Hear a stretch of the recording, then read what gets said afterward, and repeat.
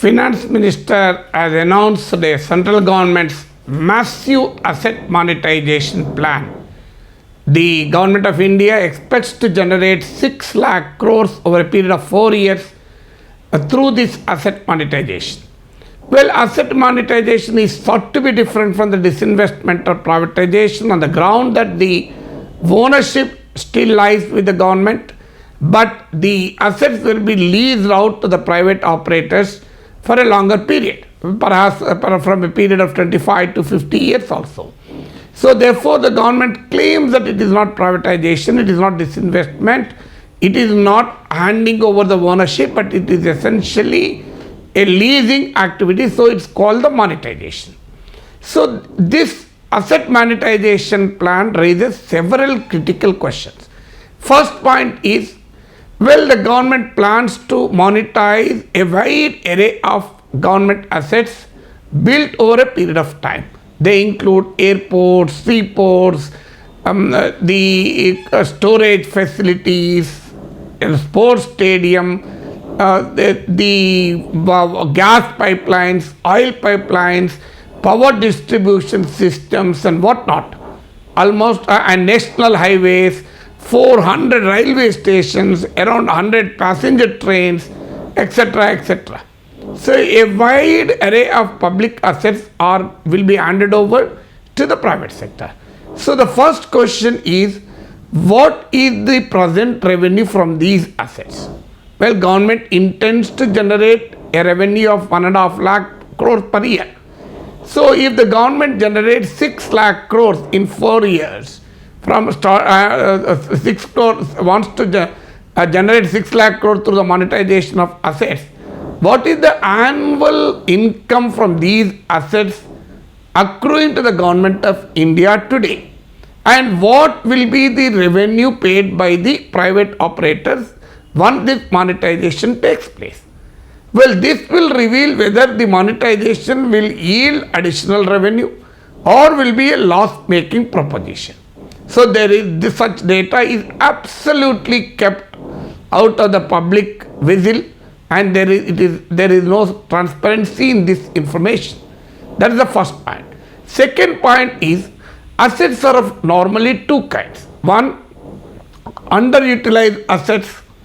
So the government builds a cold storage plant by spending around 50 crores and it is not in use, or it is about to be completed. If it spends another 5 to 10 crores, it will be completed, but it is lying.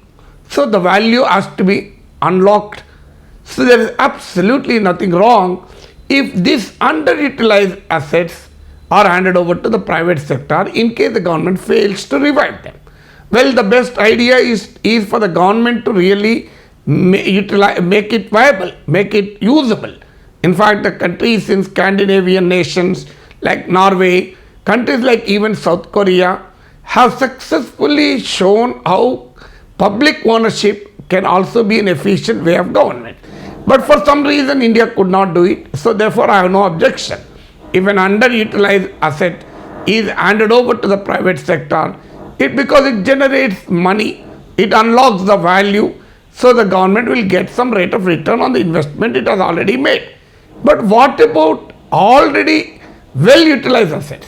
What will private operator do? Assuming that there is a very busy national highway. Not assuming. It is a fact now that these national highways are also being handed over to the private operators in the process of monetization. So a highway which is already operational, which has a quality roads and a huge traffic. So when you monetize this asset, what will happen? It will be a windfall gain to the private sector, and there will be a possibility of higher toll tax. The consumer will be affected. So what is the logic in monetizing an asset which is already yielding good revenue for the people, for the government? So this differentiation between underutilized and well-utilized assets is not being made, and there is a total monetization of large number of assets without distinguishing whether they are underutilized or well-utilized. So this is the second question. third question is, well, what will happen? Is there any guarantee that the private operators will not increase the user charges, will not resort to cost cutting by retrenching the workforce? So if a private operator reduces the workforce, then that will not contribute to the economy. So it will even further accentuate the problem of unemployment. So will there be any guarantee that the charges levied to the people through these public assets will not be increased in future? Because airports, seaports, power systems, highways, etc. Are being monetized. So the private operators obviously increase the user charges to maximize the profits. So this happened elsewhere too, in New South Wales, Australia. So the poles and wires were privatized. Within 5 years, power tariff was doubled. So the government had to step in and bring in a power affordability package to reduce the burden on the consumer. So this is the third problem. Then the fourth problem is, well, the private operator will not be the owner of this asset for the lease period. So will he have interest to invest in upkeeping of the asset? So it is an experience for those who have an house. When you give it for rent, will the person who has taken it for rent maintain the house in the proper form? Very rarely this happens. As a result, you may get lump sum money now, but in future you may have to spend more. So once the maintenance is not being done, and the Singapore experience reveals it. In Singapore, the suburban trains and signaling systems were privatized. As a result, the private operator did not spend much money on maintenance, and this led to breakdowns and hardships of the people, and the Singapore government has to intervene to again nationalize these suburban trains and signaling system. Then the fifth problem is the intergenerational equity. What do you mean by intergenerational equity? Where these assets were built over a period of time with generations of taxpayers contributing money to these projects. And when you give it on lease for 25-30 years and the present government milk the revenue that will be accrued in the next 25-30 years. So what is the right of this generation? To enjoy the fruits that are supposed to be enjoyed by the next generations. So this is called the intergenerational equity. So the government is appropriating the revenue that was supposed to be accrued to the future generations of Indian citizens, that in the form of future generations, the future governments. You are actually robbing the present future governments of their revenue, the future generational citizens of this revenue. So how will the government address this problem of intergenerational equity? Then the sixth problem is, will these assets be properly valued? So privatization is replete with examples of undervaluing assets. But a classic case is the Visakhapatnam Steel Plant. The Union Petroleum Ministry estimated the value of the Visakhapatnam Steel Plant at 32,000 crores when the plant has a total asset base of 2 lakh crores. So the Visakhapatnam Steel Plant has 19,700 acres of land, which itself cost around 1 lakh crores. So an asset worth 2 lakh crores is valued at 32,000 crores and will be handed over to the private sector. So will this not happen in the monetization scheme also? Well, it is bound to happen if we look at the experience with the privatization. Then the seventh issue is the problem of monopoly. Across the world, even the capitalist economies are addressing the problem of monopolization, because monopolization is antithesis to vibrant, thriving capitalism. What does capitalism envisage? Capitalism means competitive market economy, competitive private sector. But what is happening? So in India is a contrary to this healthy trend in capitalism. Across the world, I'll tell you, even in a country like United States, which is considered as a paradise of capitalism. Government is today trying to curb monopolization and bringing in antitrust legislations to control the monopoly of Facebook, Google, Amazon. United States has an anti-monopoly legislation as early as in 1890 called the Sherman Act. Even countries like South Korea and many other nations, capitalist countries, are trying to address this problem of monopolization, because monopolization or duopolization or triopolization goes against the spirit of capitalism, goes against the spirit of the market economy. But in India, ever since the Modi government came to power, there is a clear attempt to bring in monopolization. It is not an allegation. The NITI Aayog CEO in an interview publicly stated the intent behind bringing in farm laws. He openly said, politicians, due to fear of elections, they will not tell the truth. I am telling the truth. Narendra Modi government wants to create 4 to 5 big companies in the agri trade which can compete with the global companies. So this is what the NITI Aayog CEO was publicly told. So there is around 18 lakh crore worth of agricultural trade in India. So the Narendra Modi government, through the farm laws, wants to hand over this 18 lakh crore business to 4 or 5 big business houses. It is happening in the telecom sector. In 2009, the 3 top companies in the telecom sector had a combined market share of 54%. Today, thanks to the emergence of geo monopoly, the market share of the 3 top companies in the telecom sector is 89%. And in fact, the Vodafone India is in a deep crisis. It has a total debt of 1,80,000 crores. It has a customer base of 28 crores. So if the Vodafone India closes down, which is it is all likely to happen, this monopoly will further increase.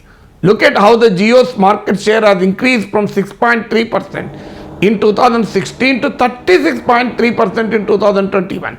So this monetization, asset monetization, will also lead to monopolization, duopolization, triopolization, and this is contrary to the basic spirit of healthy capitalism. Then the 8th problem is the cronyism.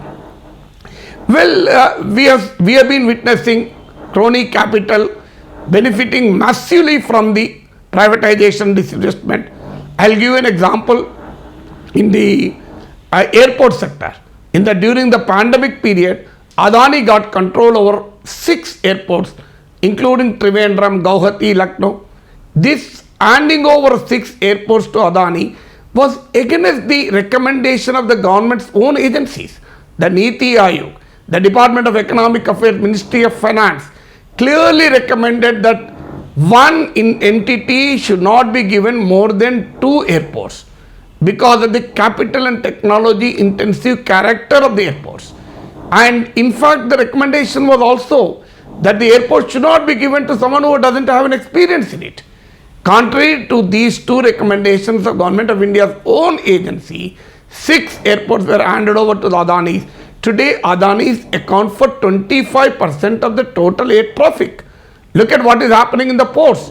More recently, the Vizhinjam airport in Kerala was leased out to the Adanis for a period of 40 years. Normally in ports, the lease period is only 30 years. So this is how the cronyism is operating.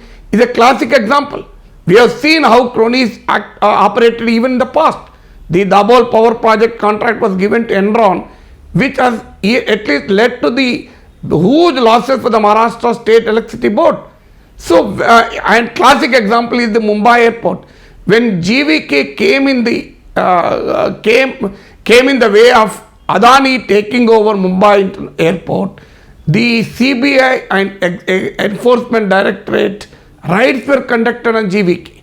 So today in the business world and political world is agog with the speculation that the Government of India has used the central agencies to make GVK vulnerable, and so that Adani gets control over the Mumbai airport. Will it not happen? Why Jagannath Reddy government has sold 10.4% stake in Gangavaram port for a sum of 640 crores. So 645 crores nearly. So we are witnessing this cronyism across the country. So this monetization will result in greater cronyism in the economy, and cronyism will actually diminish the economic efficiency. Then the ninth issue is the issue of the inefficient private sector. So the asset monetization, which envisages the handing over the public asset to the private sector, presumes that the private sector is efficient. But is this the case? We have seen in the steel sector, Adani, as the Mittals, Tatas, and Jindals are profitable. But Bhushan Steel, SR Steel were in losses. Around 75,000 crores of money is owed to these two companies, owed to the banks. Whose money is it? It is our money. So Videocon, 64,000 crore non-performing asset to the banks. How much is being retrieved? Not even around 4%. So around 4% is retrieved from a 64,000 crore debt of the Videocon. I can give you any number of examples. So what will happen tomorrow if a private fellow taking loan from the bank bids for the lease under this monetization program, down the line after 5 years fails completely? So it is happening across Indian economy. So this will become a non-performing asset to the bank.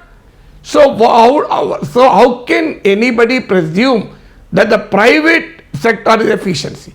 Let me give you the example of the Vodafone India. Kumar Mangalam Birla, chairman of the Vodafone India, has written to the government of India to take over its stake. Why did he ask the government of India to take over his stake? Because today the Vodafone India has a total debt of 1,80,000 crores. Is it the symbol of efficiency? We have seen how Rafale deal how Anil Ambani company replaced Hindustan Aeronautics Limited in Rafale deal. So we have seen all this is happening. We have seen how Tata Hotels went to court to prevent the fresh lease, and finally it got the lease. So how these cronies operate through the nexus with the government? Well, beside this problem of cronyism, conglomerate capitalism, which leads to oligarchy, we have the Russian experience. When 4-5 big business houses take over the economy, they take over the polity too. This will result in the oligarchy. So therefore, monopolization in economics is detrimental to democratic politics. And there is yet another problem. So these assets will be given on lease to the private operators for a longer period. Can anybody accurately estimate the revenues that will be accrued for the next 30-40 years? Is it possible? Suppose there is an highway. Can anybody even can make a reasonable estimate of what will be the revenue, what will be the traffic on this national highway in next after 10 years, after 15 years? It is extremely difficult to estimate accurately the possible revenues on a longer period of time. But the government says it will earn 6 lakh crores by monetizing assets for a longer period of time. And there is another problem. This in fact is worse than the privatization. Leading economist and former chief economist of the World Bank, Professor Kaushik Basu, says this is worse than the privatization. Monetization is worse than the privatization. The reason for that is, if you privatize, the government, the owner of the asset, will get the money now. If you monetize, you will get a very small portion in the form of rent. And after 30 years, after 40 years, well, this property will be completely depreciated. There will be nothing left. So ultimately it is privatization. So the asset will not have any value after 30-40 years. Suppose assuming that you give your house or apartment for rent for next 50 years. So will you really gain? Can you identify, can you Can you get the correct rent from that? At least in the apartment, well, after 50 years also there may be value. But in a road, after 30 years, the road will be completely depreciated. In a power system, the technology becomes obsolete. So after 30, 40 years, the asset will be so depreciated that its value comes to zero. So what is the use in monetizing? The best option perhaps would be privatizing. So therefore privatization is in fact a big bonanza to the private sector. Sorry, monetization is a far better bonanza for the private sector than the privatization. Perhaps this may be the reason why the government is now indulging in monetization, because its disinvestment targets were never met.